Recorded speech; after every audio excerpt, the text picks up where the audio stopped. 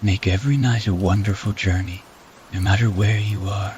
Good night, sweet dreams. The first story, XY.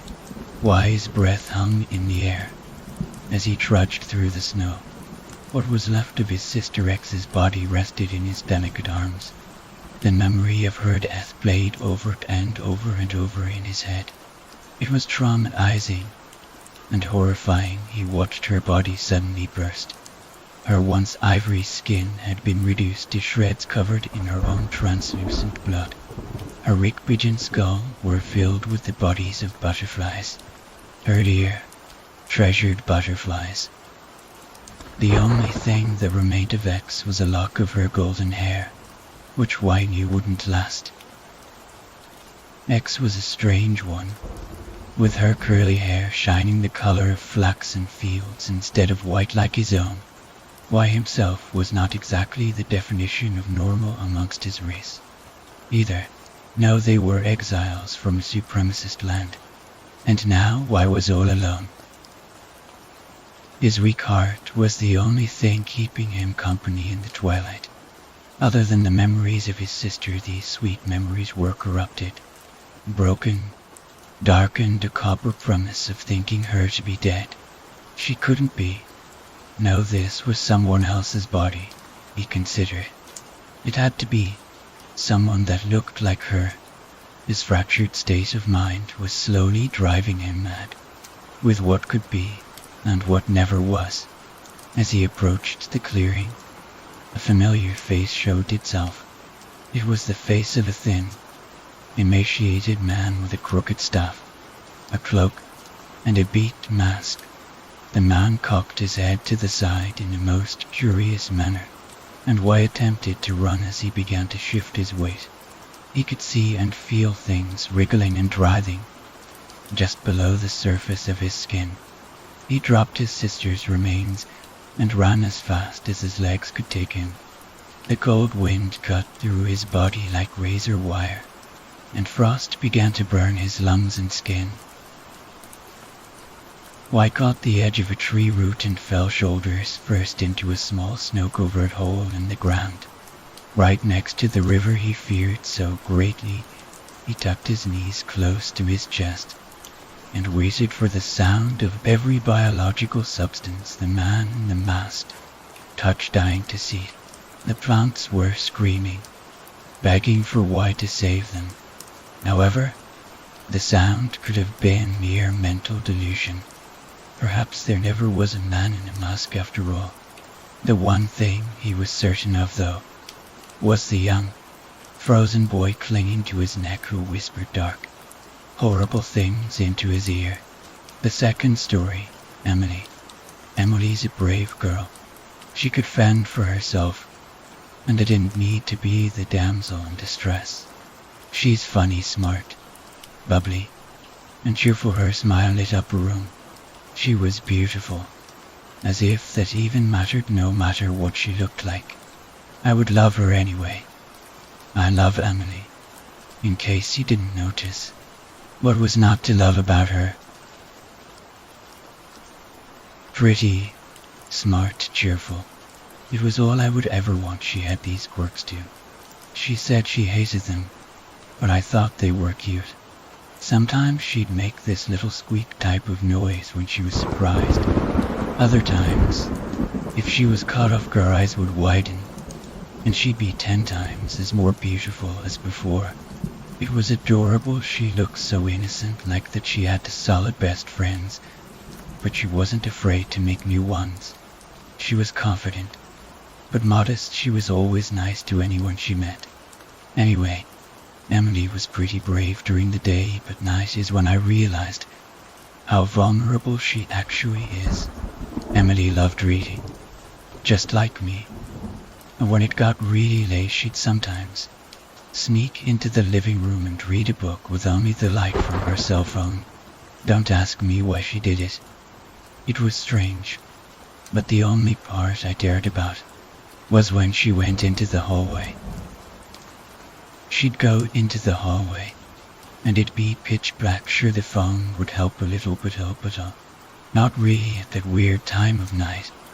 Bet so many monsters must run through Emily's head, grabbing her and dragging her away from her family forever. So she runs, all the way down the hall and into her bed. She giggles a little bit when she gets under the bed, probably scolding herself for being so scared. She turns on her iPod and sleeps through the night calmly, probably forgetting ever being scared in the first place, while Emily sleeps peacefully. I stay awake. Emily thinks monsters would attack her in plain sight, but she's wrong. Emily thinks it's her imagination, but she's wrong again. When she falls asleep, I carefully climb over her and lay down beside her. She doesn't stir when I turn on my side to stare at her. I wonder, at these times, what it would be like to grow old with Emily. I stare at her for what seems like forever, then I lean in closer, so close I can see her whole face in perfect clarity. My God, she really is beautiful. Then I kiss her. She doesn't wake up. She doesn't jump away. All she does is lay in. I close my eyes, feeling her lips warm mine for a fleeting moment. I almost feel, well, alive, but it's only for a moment. And when I open my eyes and back away, my heart sinks. I'll never know what it is to sit with Emily in the summer, holding her soft hand. Her scent lingers on my fingertips, but only for a brief second. It never lasts long enough.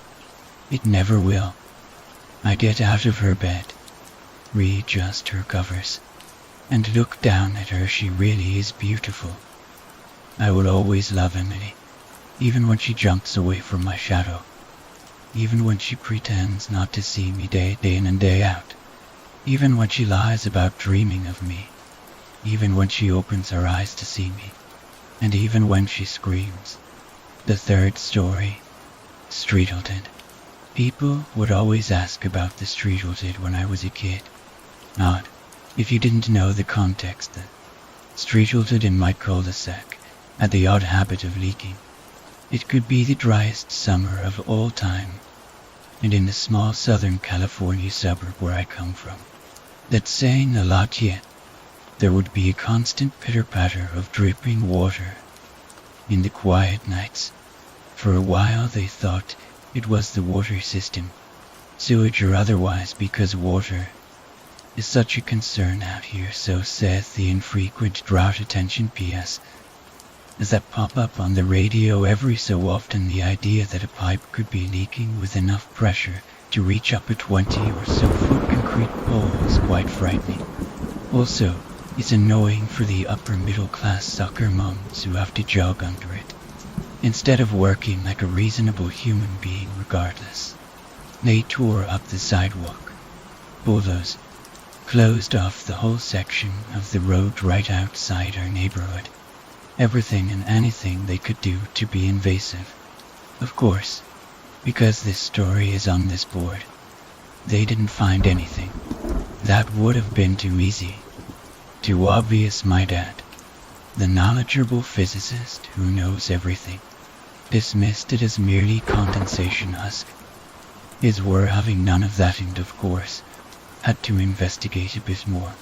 Now as a kid, you kind of have a mad reckless sense of your well-being. Hell, you're almost suicidal in your ignorance and stupidity. Me and Luke, the boy up the street, started putting buckets underneath the Streetleted, looking at the obscured liquid that filled the buckets overnight. It was anyone's guess what it was actually leaking. In a retrospectively stupid idea, we both got the idea that we should drink it. What a spectacularly bad idea. We were sick.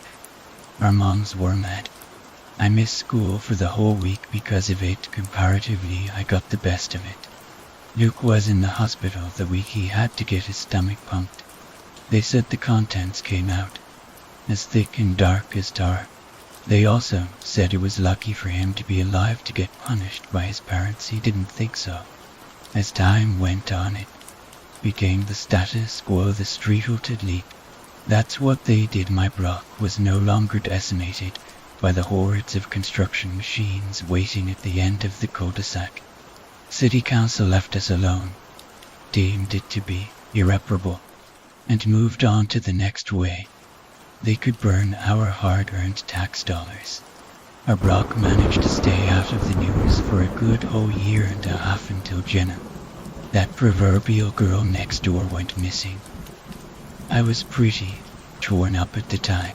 She was the first girl I'd ever kissed, and the first I was probably gonna ask out and have her say yes. It seems like a pretty selfish thing to be upset about, that I wasn't gonna have a girlfriend cause she went missing. But it was middle school. I was just dumb anyway. It was 3 days after she was missing before anything aside from the usual A and B, or alert, or whatever we had back then. That was the night the streetlet had rained blood. It was hers. The missing persons case turned into a murder investigation almost in an instant. A night later, I saw her father coming out of their house handcuffed. Jenna's mother stood next to mine on our lawn, crying and screaming at the police corporaling away. I was so confused, I couldn't work it out at the time.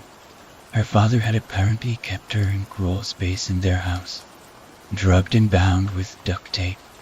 It was something that hit me hard, something that those CSI and Law and Order shows really go into that much, is how all those murders and sick fucks have neighbors who think they're normal people. The school had a memorial service. People said their piece. The parents cried during the service, thinking about if it had happened to their own child, how they would feel, but people moved on. Not a short while after, one of the other kids on the block decided to make the news as well. It wasn't that he died. Rather it was that he hit another kid with his car. He was high or stoned or something. But my father said that the kid was no good when he moved into Luke's old house, who had since moved to Texas. And now, I guess, he got his proof positive. The weird thing about the crime scene this time is that the blood splatter didn't make sense. Instead of the burst and streaking you would expect from a drugged-out kid in a Mustang hitting a 6-year-old who felt like playing in his front yard, it was splashes under the streetlet, like it had rained down from up above. It became an interesting asterisk for the case notes, but what the police saw was a simple hit and run. 5 years later, long enough for the adults to forget all the weird occurrences that came about whenever someone died on our block. We made the news a final time this time. It was something that hit close to home for it to be swept under the rug. One day my little brother didn't come home from school. He had been at a debate tournament the whole day. They have the tendency to go on off schedule by the magnitude of hours, so my parents weren't too concerned. I sat on the sidewalk, next to one of the street lights, crying. My mom came out. She probably was going to ask me to pick him up or something. She was confused when she saw the tears, asking me what was wrong. I held up my hand, the one closest to the streetlet wide. It was crimson. She yelled at me for being irrational, herself tearing up, as she shouted the harsh words of disbelief. I was right and she knew it. Something had changed though. This time, he wasn't on the block when he died, yet his blood still came out of the lights. Whatever it was growing. Turns out debate was an excuse for him and his friends to do drugs after class in the ravine that ran behind the school. I'm not just talking about smoking a dime for 120. I mean serious shit that even I would never do. My parents and I saw the signs scattered about his room only after he overdosed in the creek. His drawers were filled with used syringes. I guess he was too scared to ever throw them out. My parents decided that day to finally move. And for the next 10 years I forgot about the streetlet, only remembering the sicko that killed my first crush. the idiotic driver that ended a life as it was beginning, and my brother's poor decisions. I had moved on, just like everyone else had when all those people passed away. The only reason I bothered to think about all this again, or even remember it existed, is that as I pulled into the driveway from work, the street light started leaking red, and my kid nor my wife had gotten back from their day.